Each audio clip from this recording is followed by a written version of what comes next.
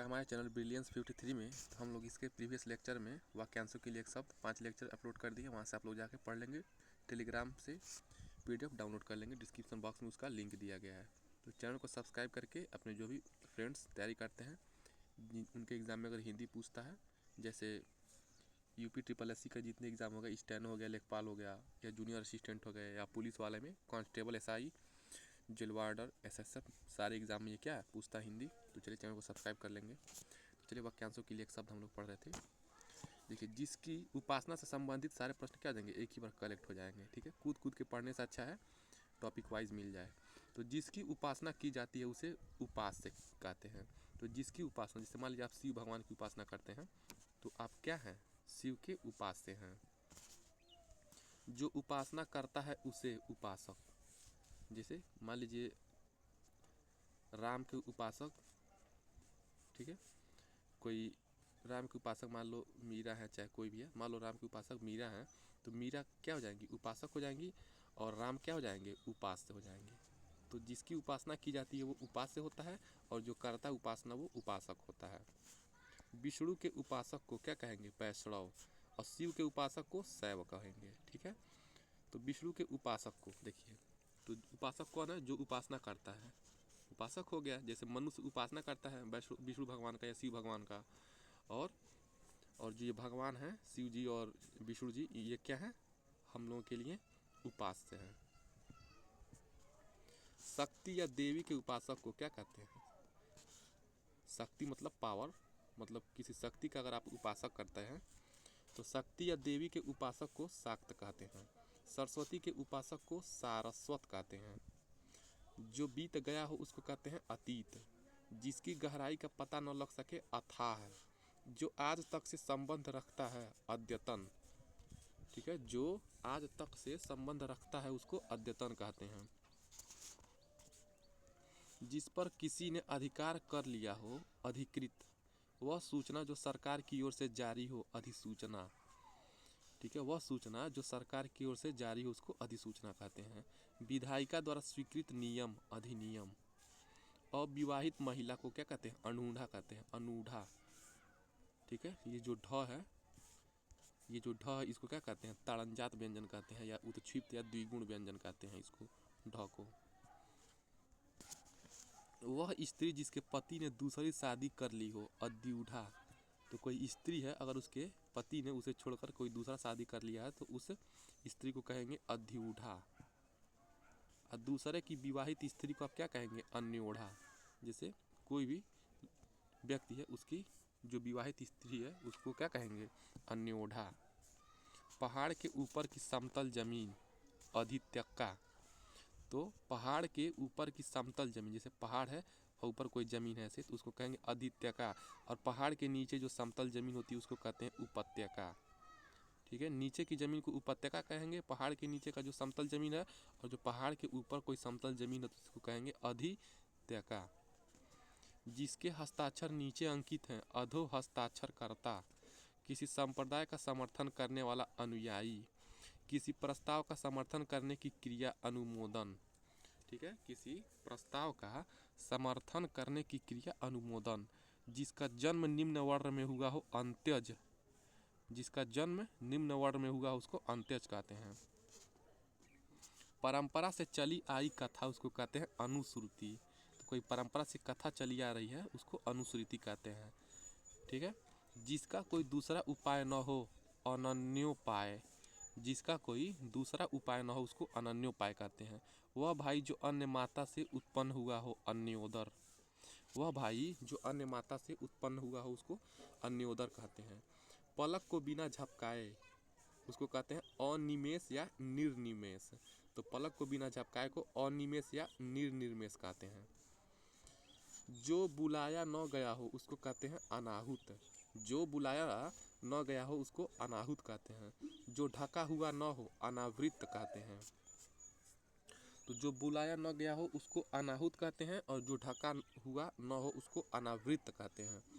जो दोहराया न गया हो अनावर्त कहते हैं। पीछे पीछे चलने वाला या अनुसरण करने वाले को अनुगामी कहते हैं। महल का वह भाग जहाँ रानियां निवास करती हैं अंतःपुर या रनिवास।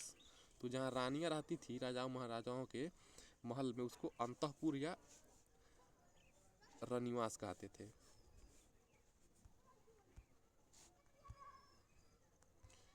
ठीक है, अब देखिए नेक्स्ट यहाँ प्रश्न क्या है, अभी बचा है ये उपासना से संबंधित।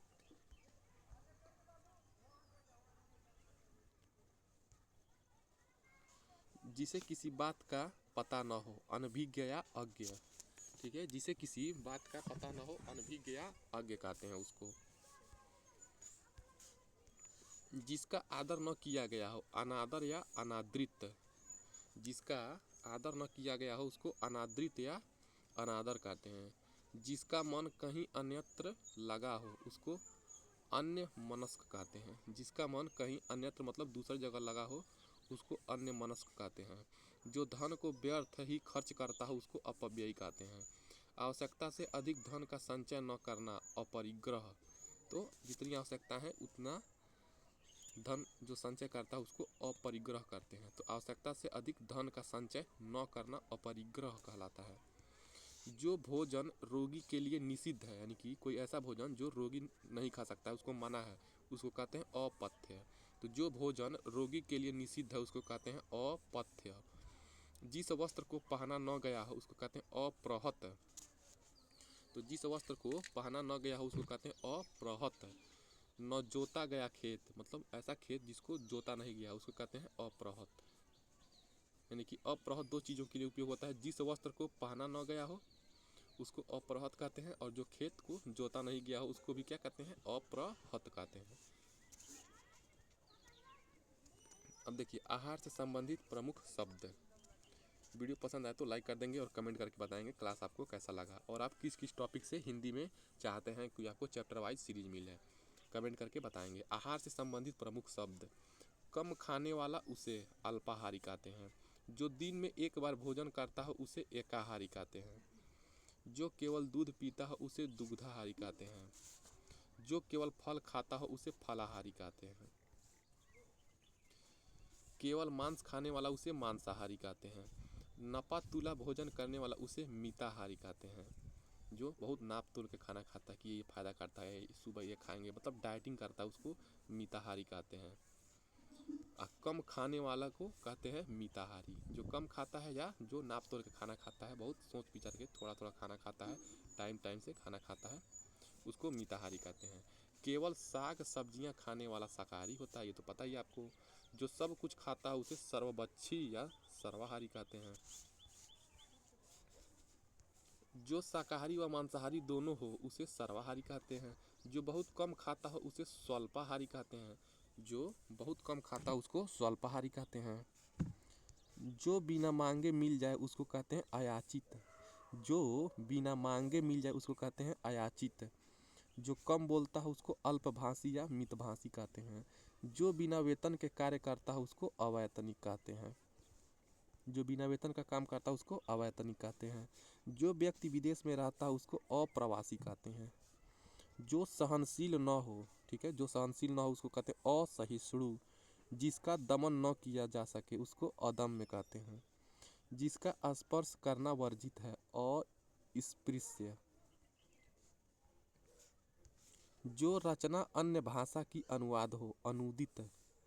ठीक है, कोई ऐसी रचना है जो अन्य भाषा का क्या करके अनुवाद करके लिखा गया हो, अनूदित कहते हैं। जिसके पास कुछ न हो अर्थात दरिद्र अकिंचन, यानी कि दरिद्र को अकिंचन कहते हैं। जो सुना हुआ न हो अश्रव्य। जो साधा न जा सके असाध्य। जो चीज इस संसार में न हो अलौकिक या पारलौकिक भी कहते हैं। जो बाह्य संसार के ज्ञान से अनभिज्ञ हो अलोकज्ञ। ठीक है, जो इस बाह्य संसार के ज्ञान से अनभिज्ञ हो, जो पूरे बाह्य संसार के ज्ञान से अनभिज्ञ हो क्या हो, अलोकज्ञ। जिसे लांघा न जा सके अलंघनीय। ठीक है, जिसे लांघा न जा सके अलंघनीय कहते हैं उसको। जिसकी तुलना न हो सके अतुलनीय। जिसकी सबसे पहले गणना की जाए अग्रगण। जिसकी सबसे पहले गणना की जाए उसको कहते हैं अग्रगण।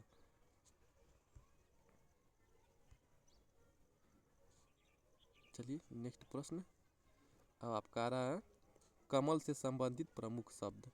तो कमल से जो वाक्यांशों के लिए एक शब्द आता है वो हम लोग पढ़ते हैं यहाँ पे। तो कमल से संबंधित प्रमुख शब्द में क्या है, लाल कमल को क्या कहते हैं, कोकनद। तो जो रेड रोज होता है, सॉरी जो रेड लोटस होता है उसको क्या कहते हैं, कोकनद कहते हैं। वाइट लोटस को क्या कहते हैं, पुंडरीक कहते हैं। ठीक है, तो लाल कमल को कोकनद कहते हैं और सफ़ेद कमल को पुंडरीक कहते हैं। कमल की डंडी को क्या कहते हैं, मृडाल या कमल नाल। मृडाल या कमल नाल कहते हैं कमल की डंडी को। तालाब में खिला हुआ कमल को सरसिज या सरोज कहते हैं। अब कमल के देखिए कितने प्रकार से उससे संबंधित प्रश्न एक ही बार में आ जा रहे हैं, तो आपको इधर उधर भटकना नहीं है। चैनल को सब्सक्राइब कर लेंगे, यहाँ पे आपको कंटेंट बहुत अच्छा मिल जाएगा। सरसिज या सरोज, रात को खिलने वाला श्वेत कमल को, जो रात में सफ़ेद कलर का कमल खिलता है उसको कहते हैं कुमुद। जो रात में खिलता है उसको कुमुद कहते हैं। ये इंपॉर्टेंट है, बराबर चलिए इसको रिवाइज कर लेते हैं। लाल कमल को कोकनद कहते हैं, सफ़ेद कमल को पुंडरीक कहते हैं, कमल की डंडी को मृडाल कहते हैं, कमल नाल कहते हैं, तालाब में खिलने वाले कमल को सरसिज या सरोज कहते हैं, और रात में खिलने वाले श्वेत कमल को कुमुद कहते हैं। ठीक है, चलिए नेक्स्ट प्रश्न देखिए। नेक्स्ट प्रश्न आपके सामने, संतान, संतान से संबंधित प्रमुख शब्द। ठीक है, संतान से संबंधित प्रमुख शब्द देखिए। माता या पिता द्वारा परित्यक्त पुत्र को अपविद्ध कहते हैं। माता या पिता द्वारा त्यागे हुए पुत्र को क्या कहते हैं, अपविद्ध कहते हैं। अपनी विवाहिता पत्नी से उत्पन्न पुत्र, ठीक है, अपनी विवाहिता पत्नी से उत्पन्न पुत्र क्या हो जाएगा, औरस हो जाएगा। जो वैध संतान हो उसे कहते हैं औरस, यानी कि जो वैध संतान हो या अपनी विवाहित पत्नी से उसका कोई पुत्र होता है तो उसको औरस कहते हैं। उपपत्ति या गैर पुरुष से उत्पन्न संतान को जारज कहते हैं। ठीक है, उपपत्ति या गैर पुरुष से उत्पन्न संतान को जारज कहते हैं। दूसरी माँ की कोख से एक से अधिक माताओं से जन्म लेने वाला को क्या कहते हैं, अन्योदर। जिसका जन्म कन्या, जिसका जन्म क्या है, कन्या अविवाहिता स्त्री के गर्भ से हुआ हो उसको कानीन कहते हैं। तो जिसका जन्म कन्या या अविवाहित स्त्री के गर्भ से हुआ उसको कानीन कहते हैं। क्रय किया हुआ पुत्र को कृतक कहते हैं। ठीक है, क्रय मतलब खरीदे गए पुत्र को कृतक कहते हैं। नियोग प्रधा या समरक्त संबंधी से उत्पन्न पुत्र को क्षेत्रज कहते हैं। ठीक है, समान रक्त से संबंधित जो उत्पन्न पुत्र है उसको क्षेत्रज कहते हैं। गोद लिया हुआ पुत्र को दत्तक कहते हैं। परित्यक्ता या विधवा से विवाहोपरांत उत्पन्न पुत्र को पौन भर्व कहते हैं। ठीक है, जैसे मान लिया आप किसी विधवा से जिसका शादी हो जाए तो उसको विवाह उपरांत कोई पुत्र उत्पन्न हो जाता है उसको पौन भर्व कहते हैं। गर्भिणी स्त्री से विवाहोपरांत उत्पन्न पुत्र को सहोढ़ कहते हैं। तो गर्भिणी यानी कि जो गर्भावस्था में स्त्री है उससे विवाह उपरांत उत्पन्न पुत्र क्या है, सहोढ़ है। ब्राह्मण पिता तथा शूद्र विवाहिता से उत्पन्न पुत्र को पार्श्व कहते हैं। क्षत्रिय पिता तथा शूद्र विवाहिता से उत्पन्न पुत्र को उग्र कहते हैं। वैश्य पिता तथा शूद्र विवाहिता से उत्पन्न पुत्र को सूचिक कहते हैं। देखिए यहाँ पे वैश्य पिता हो और शूद्र विवाहिता हो उसके पुत्र को क्या कहेंगे, सूचिक कहेंगे। सभी जातियों से संबंध रखने वाला अंतर जातीय होता है। अंतर जाति देखेंगे कैसे लिखा, वर्तनी वाले प्रश्न में याद सकता है।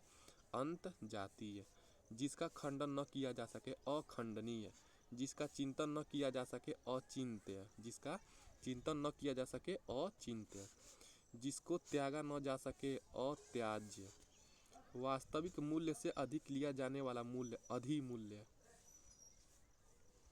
ठीक है, वास्तविक मूल्य से अधिक लिया जाने वाला मूल्य अधिमूल्य हो जाएगा। चलिए नेक्स्ट प्रश्न देखिए। मूल कथा में आने वाला प्रसंग या लघु कथा उसको अंतः कथा कहते हैं। कोई मूल कथा में कोई आने वाला एक प्रसंग है या लघु कथा उसको अंतः कथा कहते हैं। जिसका विरोध न हुआ हो या न हो सके अनिरुद्ध या अविरोधी कहते हैं। जिसका विरोध न हुआ हो या न हो सके उसको अनिरुद्ध कहते हैं या अविरोधी कहते हैं। जो अनुग्रह या कृपा से युक्त हो, अनुगृहित, जिस पर आक्रमण न किया गया हो, अनाक्रांत, अनुकरण करने योग्य, अनुकरणीय, ठीक है, जो अनुकरण करने योग्य है उसको अनुकरणीय कहते हैं। जो प्रमाण से सिद्ध न हो सके, अप्रमेय, किसी वस्तु को प्राप्त करने की तीव्र इच्छा, अभिप्सा, किसी वस्तु को प्राप्त करने की तीव्र इच्छा क्या है, अभिप्सा। जो साहित्य कला आदि में रस न ले, अरसिक है वो। जो वध करने योग्य न हो, अवध्य।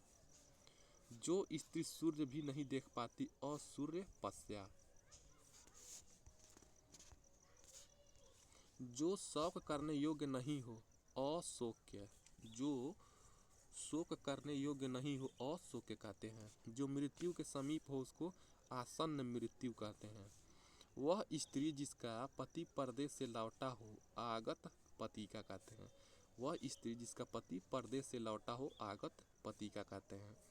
जिसकी भुजाएं घुटनों तक लंबी हो उसको अजानु बाहु कहते हैं। मृत्यु पर्यंत को आमरण कहते हैं।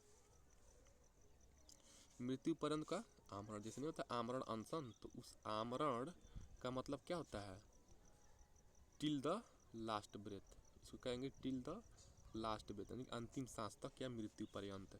अपनी प्रशंसा स्वयं करने वाला, आत्मश्लाघी, आत्मश्लाघी कहते हैं, ठीक है। अपना प्रशंसा स्वयं करने वालों को आत्मश्लाघी कहते हैं। चलिए नेक्स्ट प्रश्न।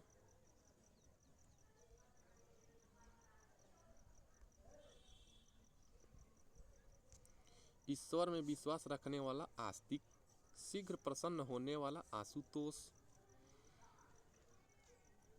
आंसू मतलब क्या होता है, शीघ्र होता है, और जो शीघ्र कविता करता है उसको कहते हैं आंसू कवि, और तुरंत प्रसन्न होला तो आशुतोष। तो आंसू मतलब शीघ्र होता है। विदेश से देश में माल मंगाना आयात, और अपने देश से विदेश भेजना निर्यात। सिर से पांव तक आपाद मस्तक, प्रारंभ से लेकर अंत तक आद्योपांत। समय से संबंधित प्रमुख शब्द, देखिए समय से संबंधित प्रमुख शब्द यहाँ पे एक ही स्लाइड में आपका खत्म हो जाएगा। तो समय से संबंधित प्रमुख शब्दों को चलिए पढ़ते हैं। सूर्योदय से 2 घड़ी पहले तक के समय को ब्रह्म मुहूर्त कहते हैं। सुबह के 4 बजे के समय को ब्रह्म मुहूर्त कहते हैं, या सूर्योदय से 2 घड़ी पहले के समय को ब्रह्म मुहूर्त कहते हैं। सूर्योदय या अरुणोदय, देखिए सूर्य का परिवाचिक क्या जाएगा, अरुणोदय, अरुण। तो सूर्योदय या अरुणोदय यानी सूर्य उगने से पहले के समय को उषा काल कहते हैं, यानी कि सूर्य के उदय होने से पहले के समय को उषा काल कहते हैं। पौ फटने के समय को उषा काल कहते हैं। रात्रि एवं सुबह के बीच के समय को उषा काल कहते हैं। सुबह पक्षियों के कलरव के समय को भोर कहते हैं। तो सुबह पक्षियों के समय कलरव जब करती हैं, कुहुकाती हैं, कलरव करती हैं पक्षियाँ, उसको भोर कहते हैं। सूर्य की लालिमा दिखने के समय को अरुणोदय काल कहते हैं। सूर्य के निकलने के समय को सूर्योदय काल कहते हैं। देखिए कितना अंतर है, सूर्य की लालिमा दिखने के समय को अरुणोदय काल, और सूर्य के निकलने के समय को सूर्योदय काल। यानी कि सूर्य और जब निकलता है, सुबह होता है, उसके बीच में ब्रह्म मुहूर्त, अरुणोदय काल, सूर्य काल, सूर्योदय काल सब होता है।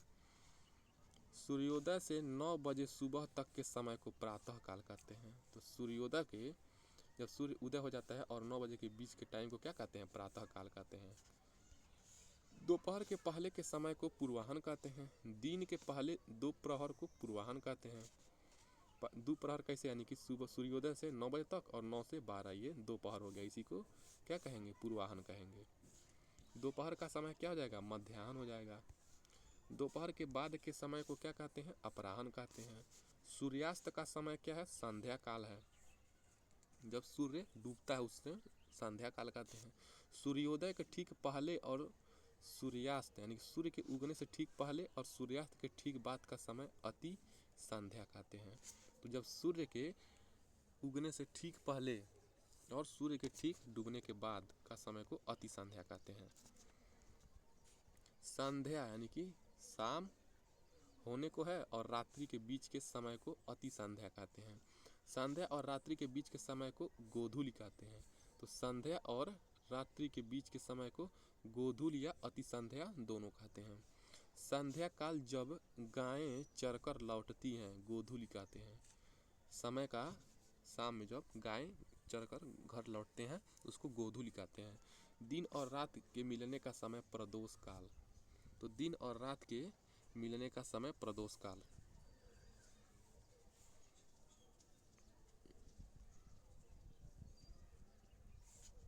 रात्रि का प्रथम प्रहर प्रदोष काल।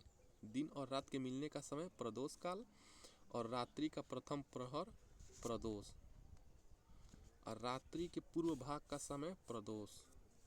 तो रात्रि के पूर्व भाग का समय प्रदोष और रात्रि का दूसरा प्रहर द्वियामा। मध्य रात्रि या अर्धरात्रि का समय निशीथ है। रात्रि का तीसरा प्रहर त्रियामा। रात्रि का अंतिम या चौथा प्रहर ब्रह्म मुहूर्त। अंधेरी रात को क्या कहेंगे? तमिश्रा। अंधेरी रात को क्या कहेंगे? तमिश्रा कहेंगे। और तारों भरी रात को क्या कहेंगे? विभावरी कहते हैं हिंदी भाषा में। तो तारों भरी रात को क्या कहते हैं? विभावरी कहते हैं। चांदनी रात को क्या कहेंगे? सरवरी कहते हैं। तो चांदनी रात का मतलब क्या हो जाएगा? सरवरी। सूर्य का मकर रेखा, जैसे ये पृथ्वी है, ये क्या है? विषुवत रेखा। ये कर्क रेखा 23.5 डिग्री है, 66.5 डिग्री मकर रेखा। ये फिर 23.5 डिग्री दक्षिणी अक्षांश कर्क रेखा और ये 66.5 डिग्री दक्षिणी अक्षांश मकर रेखा। ये दोनों मकर रेखा है। तो सूर्य का मकर रेखा के उत्तर जाना, यानी कि इधर जब सूर्य जाता है उसको उत्तरायण कहते हैं। और सूर्य जब कर्क रेखा से दक्षिण जाता है, सूर्य जब कर्क रेखा से क्या होता है? दक्षिण इधर आता है, तो उसको क्या कहेंगे? दक्षिणायन कहते हैं। यानी कि सूर्य का मकर रेखा के उत्तर जाना उत्तरायण और सूर्य का कर्क रेखा से दक्षिण जाना दक्षिणायन। तो चलिए हम लोग नेक्स्ट प्रश्न नेक्स्ट वीडियो से पढ़ेंगे। तो चैनल को सब्सक्राइब कर लेंगे और अपने फ्रेंड के साथ शेयर कर देंगे। मिलते हैं नेक्स्ट वीडियो में। जय हिंद।